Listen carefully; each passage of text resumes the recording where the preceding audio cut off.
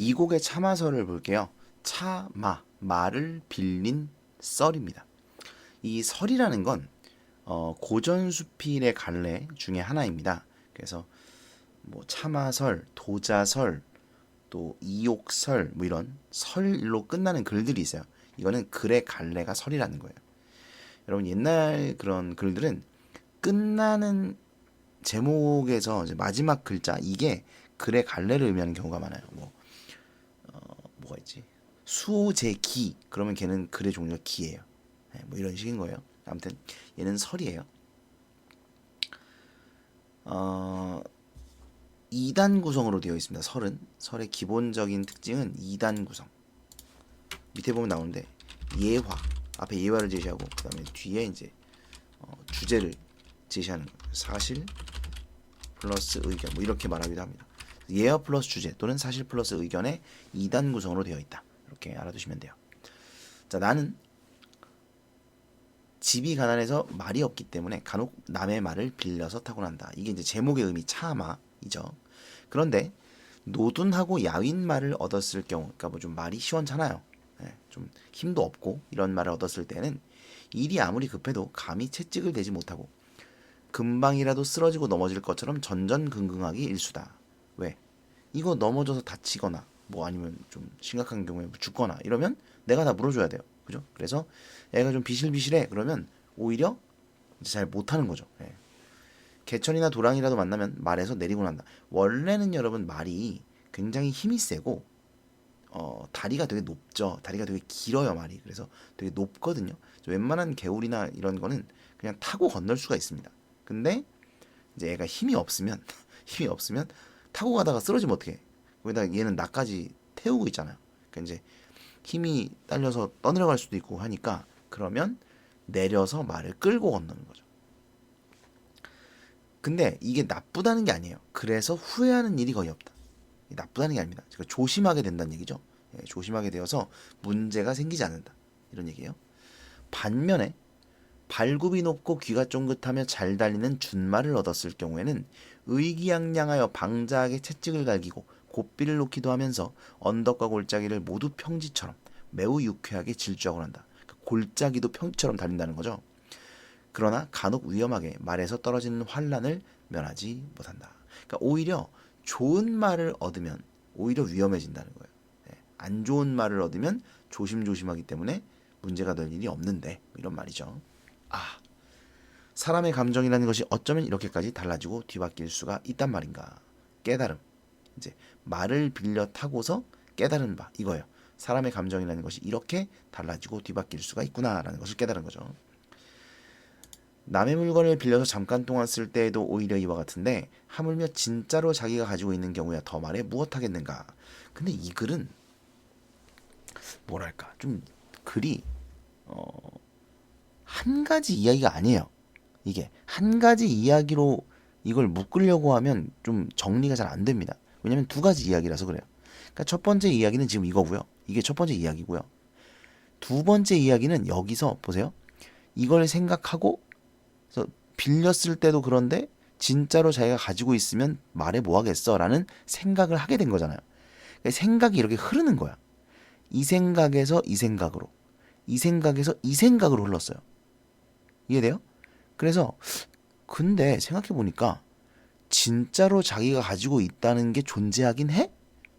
이런 생각이 드는 거예요.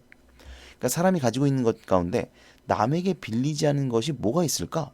갑자기 이런 생각을 한 거예요. 그러니까 생각이 이렇게 확장된 겁니다. 여기 보면 서술 대상의 확장이라고 되어 있죠. 그러니까 이 앞에는 그냥 말 타서 좋은 말 빌려 탔을 때 오히려 더 위태로울 수 있고 아 이렇게 사람 마음이라는 게 간사하구나 쉽게 바뀌는구나. 빌린 것도 이러하니 가진 것은 오죽할까. 근데 가진다는 게 존재하긴 하는 건가? 다 빌린 거 아니야? 이렇게 생각이 전개가 되는 거예요. 그 다음 보시면 임금은 백성으로부터 힘을 빌려 존귀하고 부유하게 되는 것이다. 신하는 임금으로부터 권세를 빌려 총애를 받고 귀한 신분이 되는 것이다. 그리고 자식은 어버이에게, 지어미는 지아비에게, 비복은 종이에요 종. 종은 주인에게서 각각 빌리는 것이 또한 심하고도 많은데 대부분 자기가 본래 가지고 있는 것처럼 여기기만 할 뿐 끝내 돌이켜보려고 하지 않는다. 이 어찌 미혹된 일이 아니겠는가. 미혹되었다. 그러니까 이제 멍청한 일이라는 거죠. 정신 못 차렸다. 이런 얘기예요. 그래서 사실 이제 약간 그런 느낌? 대한민국의 주권은 국민에게서 나온다. 그죠? 국민들이 주권을 가지고 있다. 근데 그 정치하시는 분들은 그렇게 생각을 안 하시는 것처럼 보이잖아요. 그죠? 그 양반들은 이제 자기들이 위에 있는 것처럼 군림하는 것처럼 생각을 하니까 그러니까 이제 좀 그런 문제들이 있는 경우가 있죠. 뭐 다 그러신 건 아니지만 그런 경우가 있다는 거죠. 그래서 그런 사람들에게 교훈, 깨달음을 주고자 하는 것입니다. 그러다가 혹 잠깐 사이에 그동안 빌렸던 것을 돌려주는 일이 생기게 되면 만방의 임금도 독부가 되고, 여러분 임금 자리에서 쫓겨난 왕들이 간혹 있습니다. 뭐 그 양귀비로 유명한 현종 황제 이런 사람들도 왕의 자리에서 쫓겨나서 백성들한테 맞아 죽었죠. 뭐 그런 일들이 있어요. 만방의 임금도 그 빌렸던 권력을 돌려주고 나버리면 이제 독부, 외로운 남자가 된다. 백승의 대부도, 백승이라는 건 수레를 100대를 끄는 건데, 황제는 만승천자, 만승을 끌고, 그 다음에 왕은 천승, 그리고 이제 제후들, 왕보다는 좀 작은 영지를 다스리는 제후들은 백승을 끈다, 이렇게 얘기를 하거든요. 백승의 대부도 고신이 된다. 어쨌든 권력이라는 것을 가지고 있지만 그 권력이 자기 것이 아니라 빌린 것인데, 그것을 모르고 나대다가 그것을 결국 다 빼앗기고 돌려주게 되면 그 권력을 잃고 홀로가 돼버리고 만다, 이런 얘기죠. 더군다나 미천한 자의 경우야 더 말해 못하겠는가. 맹자가 말하기를 인용이 쓰였어요. 인용. 오래도록 차용하고서 반환하지 않았으니, 그러니까 빌리고서 돌려주지 않았으니 그들이 자기의 소유가 아니라는 것을 어떻게 알았겠는가. 그러니까 왕이 그 권력을 자기의 것이라고 생각해요. 백성들에게 받은 것이라고 생각하지 않는다는 거죠. 왜? 빌리고서 오래도록 자기가 가지고 있다 보니까 그것을 빌렸다는 것을 잊어버리고 마치 원래 자기의 것인 것처럼 군다는 겁니다. 라고 하였다. 내가 이 말을 접하고 느껴지는 바가 있기에 참아서를 지어 그 뜻을 부연해 보았다. 그래서 결국 그 얘기죠. 인간이 가진 것은 없다. 모든 것은 빌린 것이다. 여러분 결혼이라는 그 희곡 아세요? 결혼이라는 희곡에 보면 결국 그 얘기가 나오거든요. 인간이 모든 것은 빌린 것이다. 소유라는 것은 존재하지 않는다. 그러므로 빌린 것이기 때문에 더 소중하게 다루고 소중하게 여겨야 된다. 그리고 소중하게 갖고 있다가 소중하게 돌려주어야 한다. 뭐 이런 내용들이 나와요. 그런 내용과 이 참화설이 좀 일맥상통합니다. 그래서 결혼이 시험 범위에 들어가면 이 참화설을 그 보기로 제시하는 경우가 많아요. 참화설이 시험 범위에 들어가면 그 결혼을 보기로 제시하는 경우가 있습니다. 그래서 이런 소유의 어떤 본질, 이런 이야기를 다루고 있다는 것을 여러분이 좀 알고 계셔야 되겠습니다. 자, 지금 이제 정리된 거 보시면 한문수필이고요. 고전수필, 한문수필이고 설입니다. 설. 그냥 고전수필이라고 아시면 되고, 그 다음에 주제는 말을 빌려 타며 느낀 소유에 대한 성찰과 깨달음. 그렇죠? 그래서 소유에 대한 성찰. 이 소유라는 것은 내가 진짜 처음부터 가지고 있고 끝까지 가지고 있는 것이 아니라 빌린 것이다 라는 깨달음입니다. 자, 예를 들어 자신의 생각을 드러냈다. 그 다음 예는 이거죠. 이번 예시 어디 쓰였어요? 이거예요. 임금, 신하, 자식, 지엄이 뭐 이런 것들이 이제 예시예요. 예시. 그 다음에 고전을 활용하여 전체 내용을 효과적으로 전달했다 그랬는데, 이 고전이라는 건 이제 그 옛날에 옛날의 글들을 말하는 건데, 여기서 이제 이거예요. 이거 저기 뭐지? 맹자의 말씀, 이런 게 이제 고전입니다. 맹자의 말씀. 그 다음에 개인의 일상 경험으로부터 보편적 교훈을 이끌어냈다. 자, 이거 두 번째는 그냥 이렇게 알아둡시다. 인용이에요. 인용.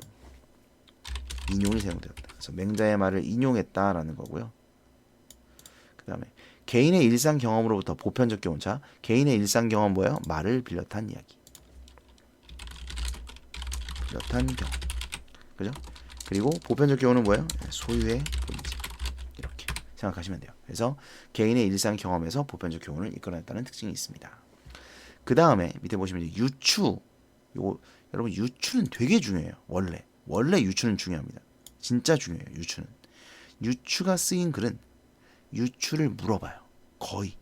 그리고 꼭 아셔야 됩니다. 그래서 보시면 말을 빌려 타는 경험에서 깨달은 바를 통해 세상사의 모든 것에 대한 깨달음을 미루어 짐작할 수 있도록 서술하고 있다. 됐죠? 그래서 요게 이제 하나의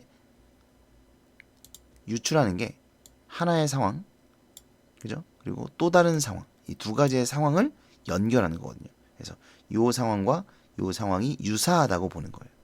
아시겠죠? 이게 유추입니다. 자, 이 글의 짜임은 2단 구성. 그래서 경험과 사실, 의견, 경험, 주제. 사실이 아니라 예화. 예화, 의견, 경험 아닌가? 잠깐만요. 뭐라 그랬지 나? 이거 아니고 예화, 주제, 사실. 죄송합니다. 사실, 의견 맞네요. 이게 예화. 경험도 틀린 건 아니에요. 네, 경험이라고도 해도 틀린 건 아닙니다. 그래서 앞에는 경험을 제시하고 뒤에는 깨달음을 제시하고 있다. 이렇게 알아두시면 되겠습니다.